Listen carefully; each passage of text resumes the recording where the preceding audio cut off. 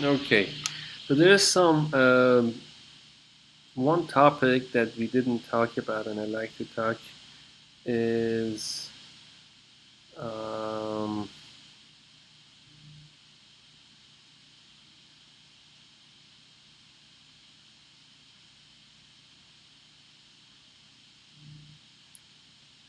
where is it?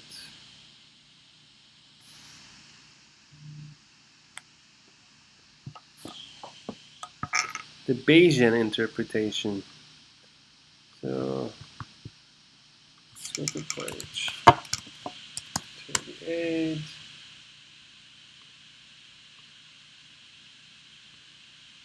Oh, so many to 38. Okay. Let's see, where is the Bayesian? Okay. So the Bayesian interpretation for ridge, regression, and lasso. This is a part we didn't really talk about, and I like to go a little bit deeper into this in this video lecture.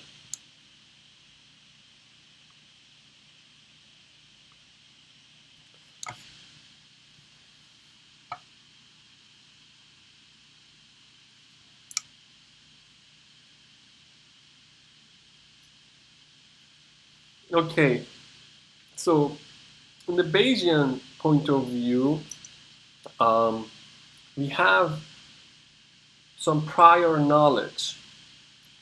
We know something, maybe from past studies, maybe uh, from domain-specific knowledge, and we like to incorporate that into our modeling, and that's typically done using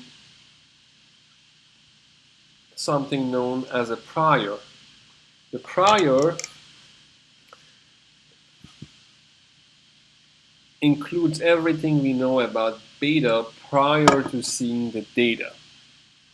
And then we have the likelihood, which is the conditional distribution of the data given beta. Okay? And then we like to combine the prior with the likelihood to get a posterior. The posterior is the distribution of beta given the data. So the Bayesian interpretation is always you have a prior.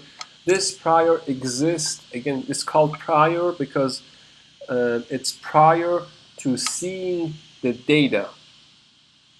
It's prior to seeing the data. Once we see the data, we like to update our belief about beta. And the way we do it is using Bayes' rule. So here the conditional distribution is data given beta, but then we combine these two and we get the posterior distribution of beta given the data.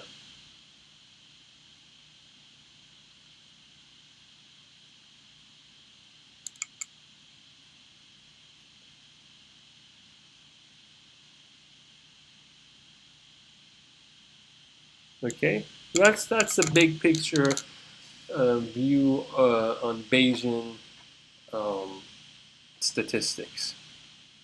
Okay, so now let's get a little bit specific.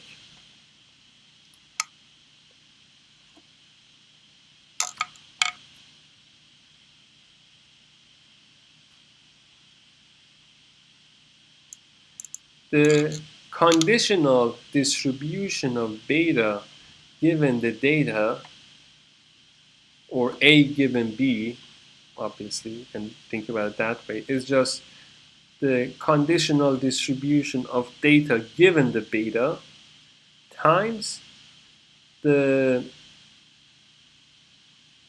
prior of beta divided by the marginal distribution of it. So this is the Bayes rule. This is what students learn in the first undergraduate stat course, sometimes also in high school.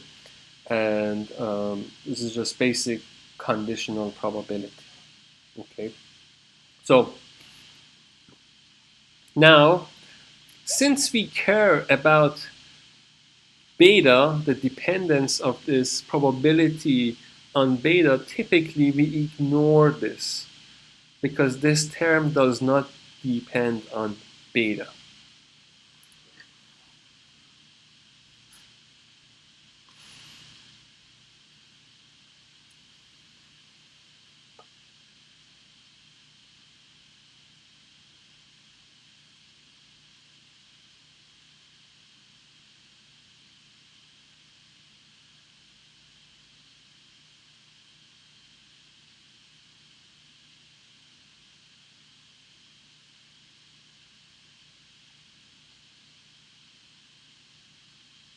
Okay.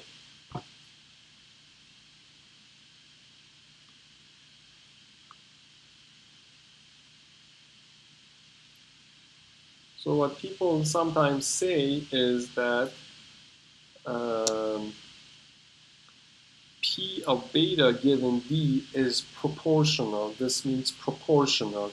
And when we say proportional, meaning that only things that we can say this is equal times a constant. Constant meaning that it does not depend on beta.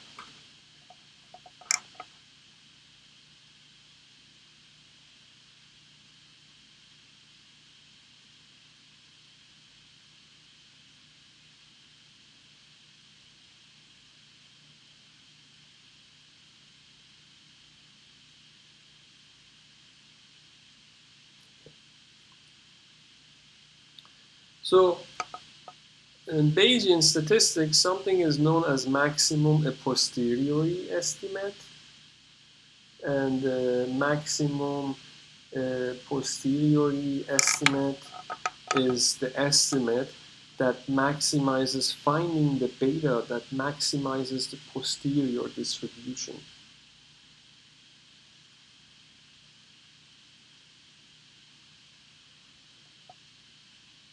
Finding the beta that maximizes the posterior distribution.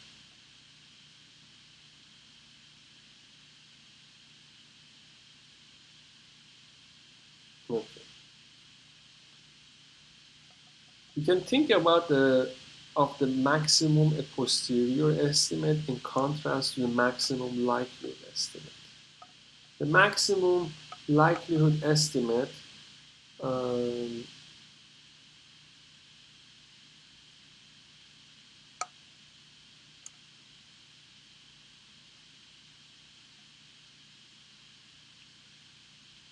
the maximum likelihood estimate um, tries to find the beta that maximizes the likelihood. So you see the difference between these two? One is beta, probability of beta conditional on D. The other one is data conditional on beta. So this term, this probability, does not include the prior distribution, whereas this one includes the prior distribution. So these two estimates are not the same. So the least square estimate in linear regression is a maximum likelihood estimate. Okay. And typically, since the log function is a monotone increasing function, okay, people tend to maximize the log of the probability instead of the probability itself. Doesn't make a difference. Again, log is a monotone increasing function, so the beta that maximizes log posterior or the log likelihood will be the same beta.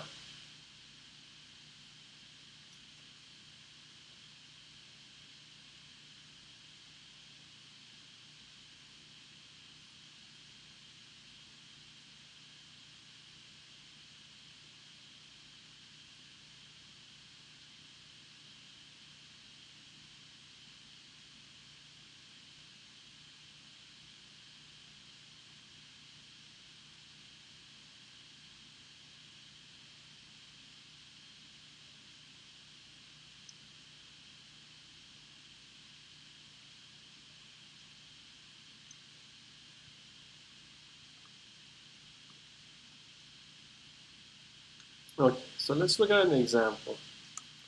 Linear model with Gaussian noise.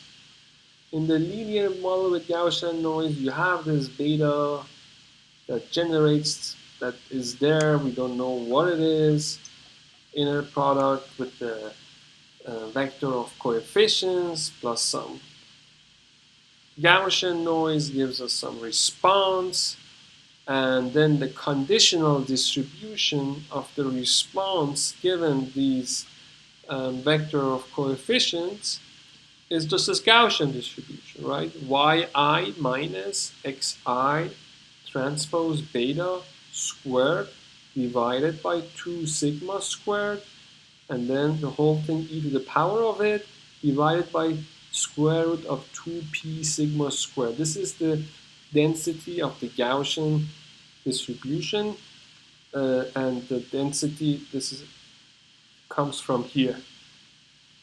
So the response given the predictors and the vector of coefficients follows a Gaussian distribution with a mean of xi transpose beta and a standard deviation of sigma.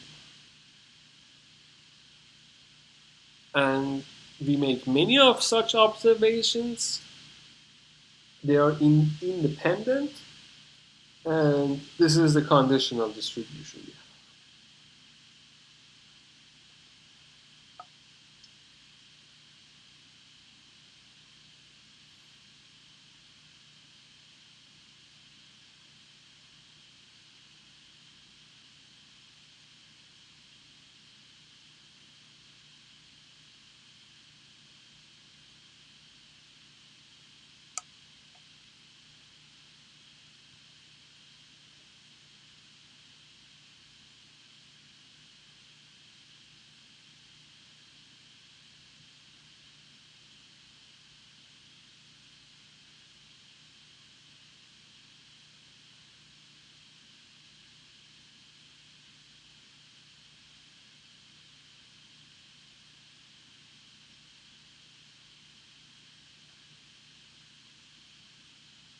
Okay. So what about now the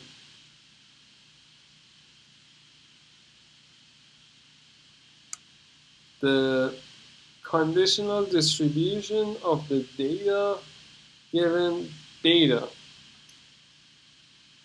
Since the observations are, the data is what? This is the data. The data is a collection of x1, y1, x2, y2 to xn, yn. And since these observations are independent, the joint probability is the multiplication of the probabilities.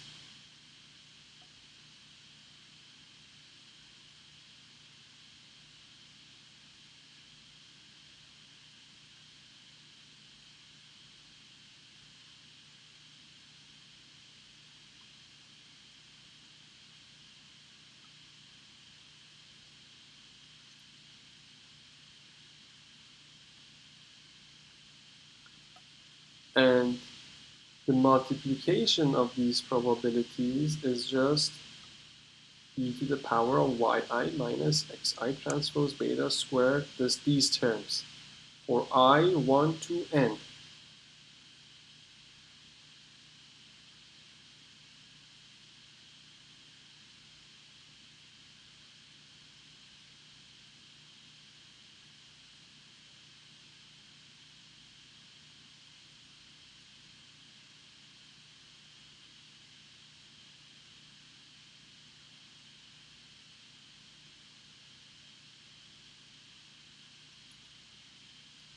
Now,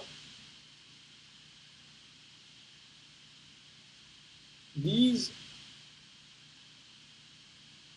square root 2p sigma squares, we have n of them multiplied by each other, so this becomes 2 pi sigma square n over 2, and the multiplication of these exponentials becomes the exponential of the sum.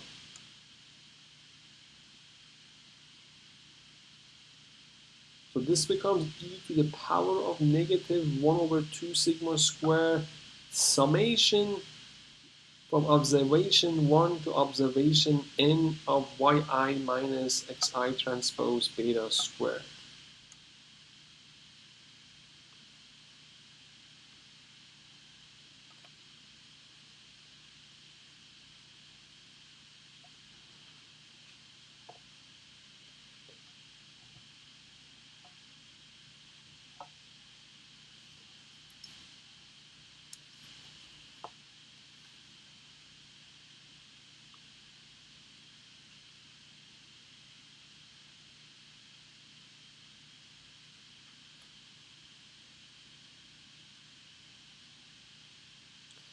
Now, this is just the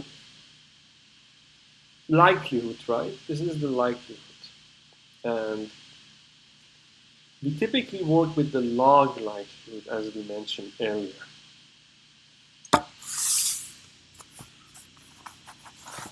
So what happens when we take the log here? What happens when we take the log?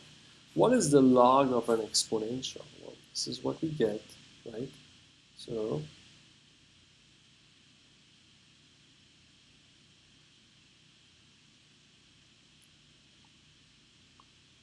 once we take the log of the conditional distribution of the data given beta, we get negative 1 over 2 sigma squared L2 norm of y minus x beta minus n over 2 log 2 pi sigma squared. So where did this come from? This came from here.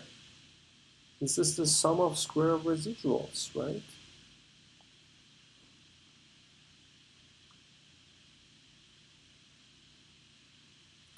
And then the log of this term, because it's, if you want to bring it up there, it becomes n minus 2. So we have n over 2 log 2 pi squared. So this is the log likelihood.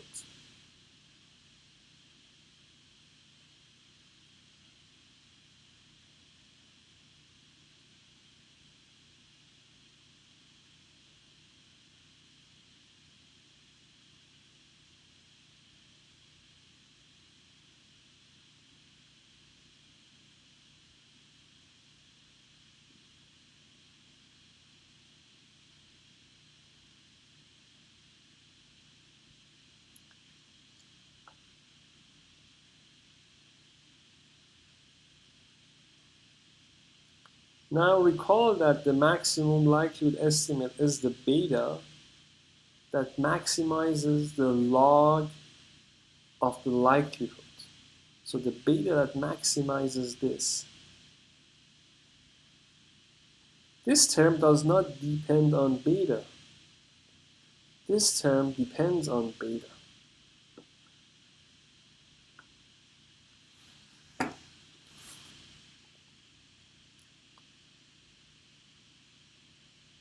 But since there is a negative here, and this sigma square is obviously positive, so this term is negative. So maximizing the log likelihood is equivalent to minimizing the y minus x beta L2 norm. Okay, so now you know that the least square estimate is also the maximum likelihood estimate. That's where it came from.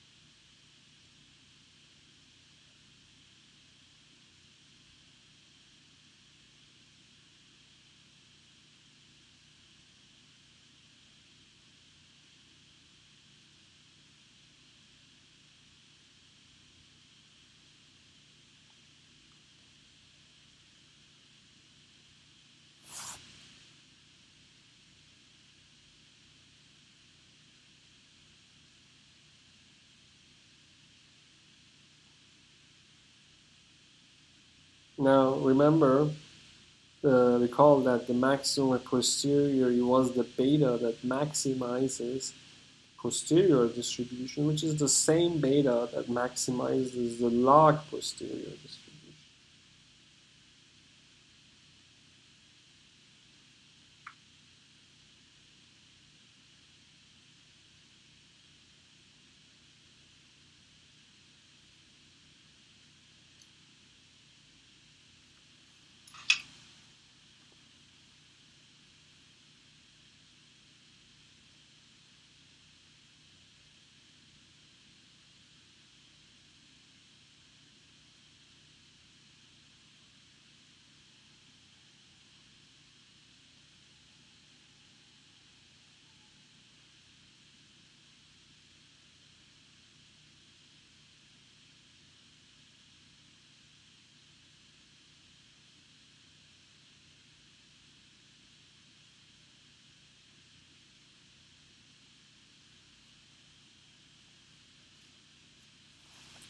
Now the log of the posterior is the log of this ratio, and the log of this ratio is the log, so the log of the multiplications becomes the sum of the logs, so this becomes log of PD given beta plus log of P beta minus log of P of data.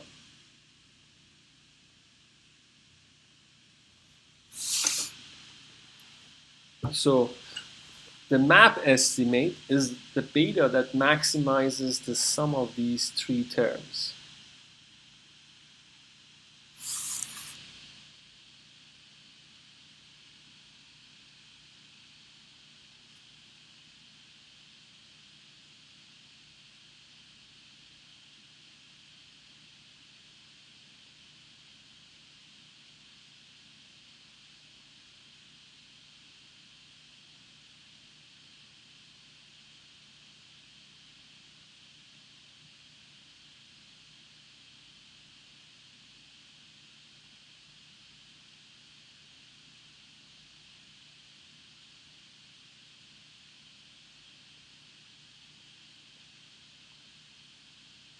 Okay.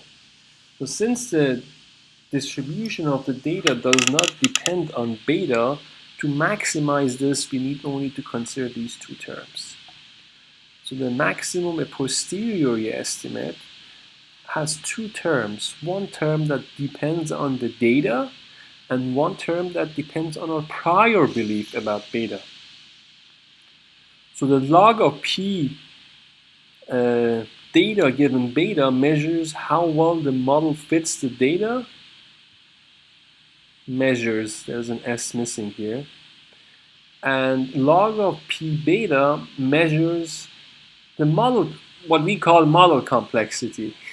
Okay, so now we can see where this is going. This will become a residual sum of squares. I mean, not exactly, but it will be proportional to that. And then this becomes our regularizer. Again, this is argmax, so we still have some steps.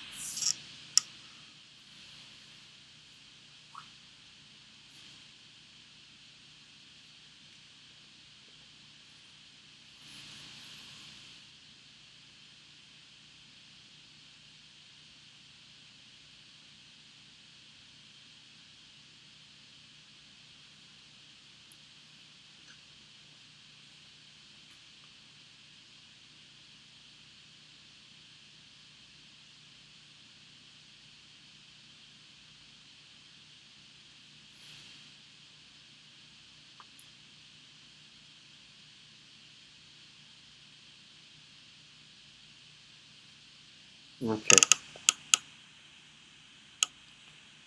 So again, recall linear model with Gaussian noise. This is where we started. This is our conditional distribution of the log likelihood.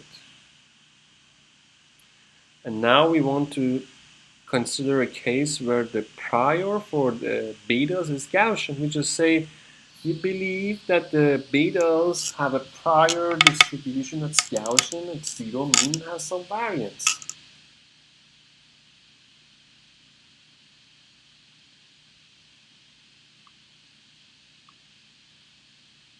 Okay.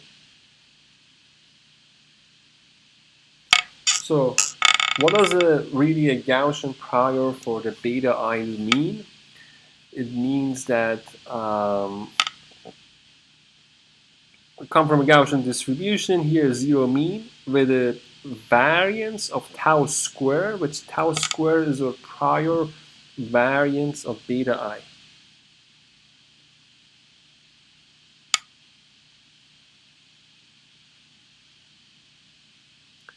So a large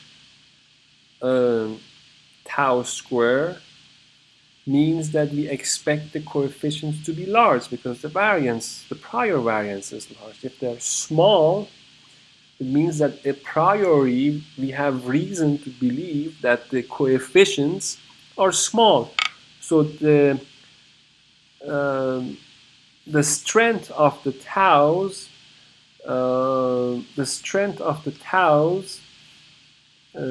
reflect or prior belief regarding the betas, whether they are small or large.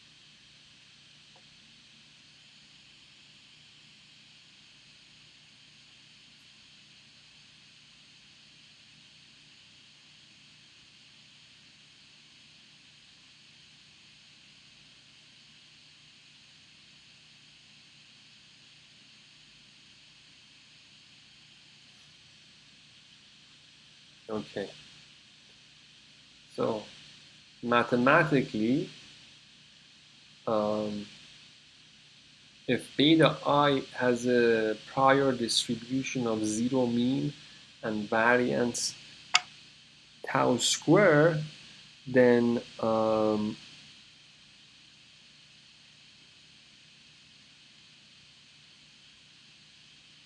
that's the density, and assuming that they're independent, the total prior distribution of beta will be the multiplication of the probabilities, the densities for beta I.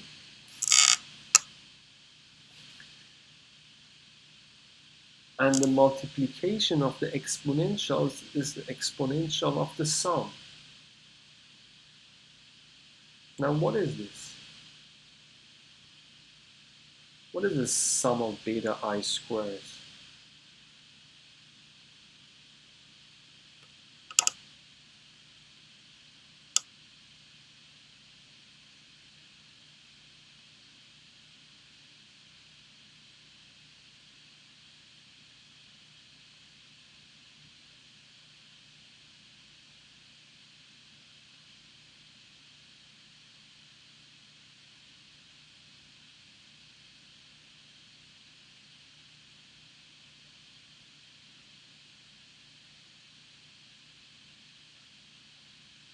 What is that? That's the L2 norm of beta.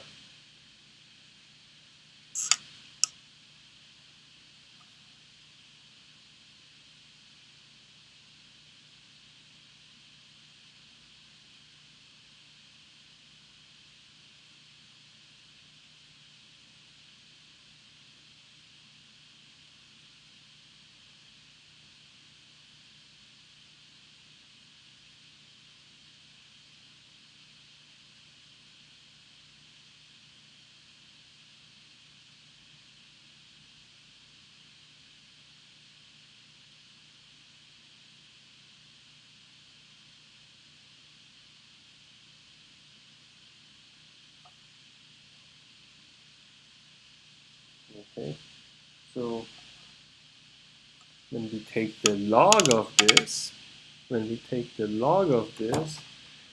um, what we get is the exponent will go away. So we have negative 1 over 2 tau square, the L2 norm of beta, minus p over 2 log 2 pi tau square. Well, this becomes the log prior, and then we have the log likelihood here, and the maximum a posteriori estimates sums these two.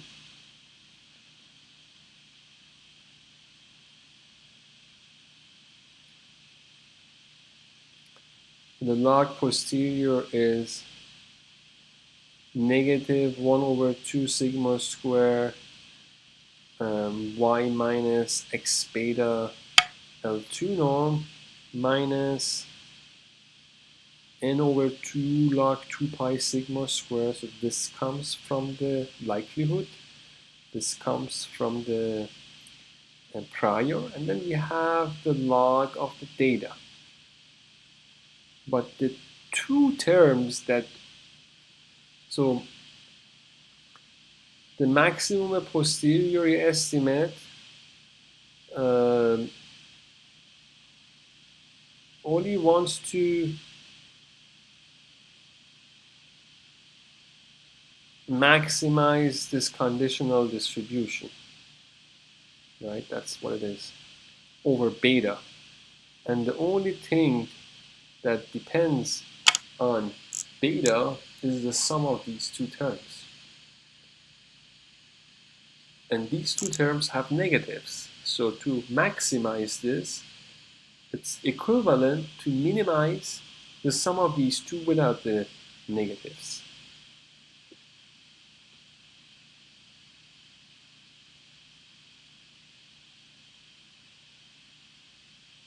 So the log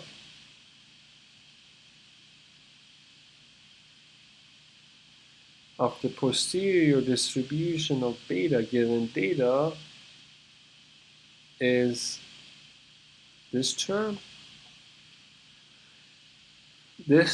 plus some terms that do not depend on beta.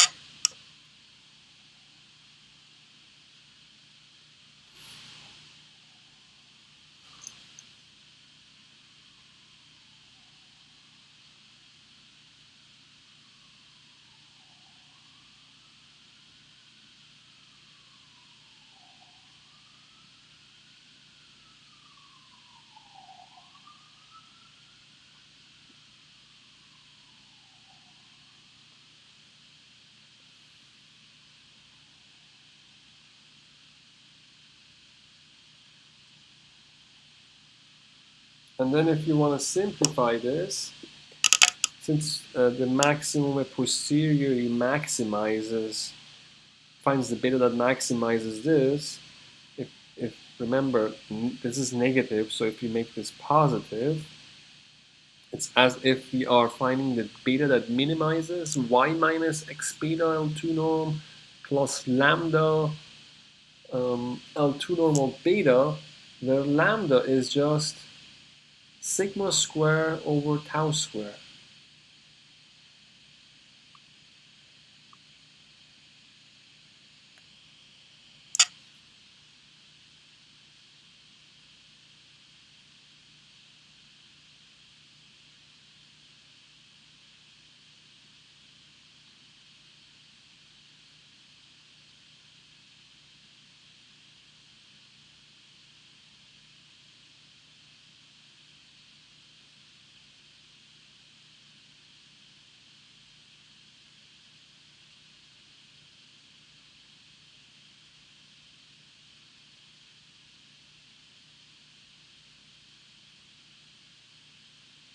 So now you see where ridge regression comes from. Ridge regression is essentially a Bayesian estimate when the prior is Gaussian.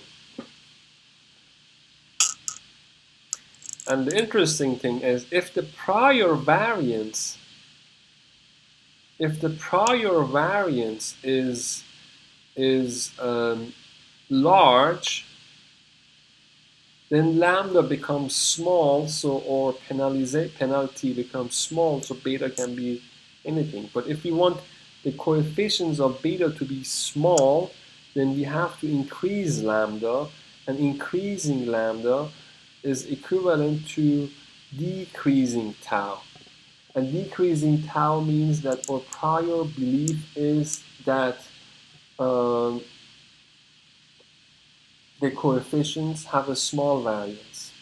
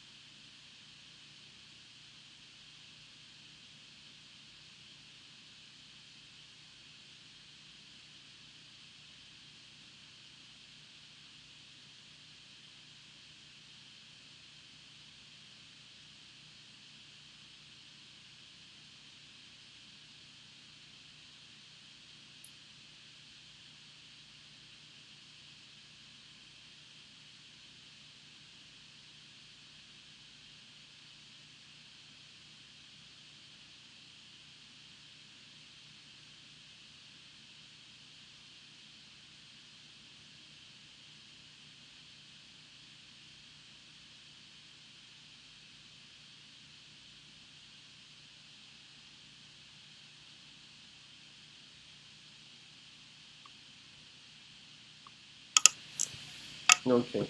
So when it comes to the to lasso, the story is the same. I won't repeat the details. The only thing that's different is that the prior here is not Gaussian anymore. It's double exponential. I remember we talked about this briefly, but here we just went into the details. The prior is double exponential.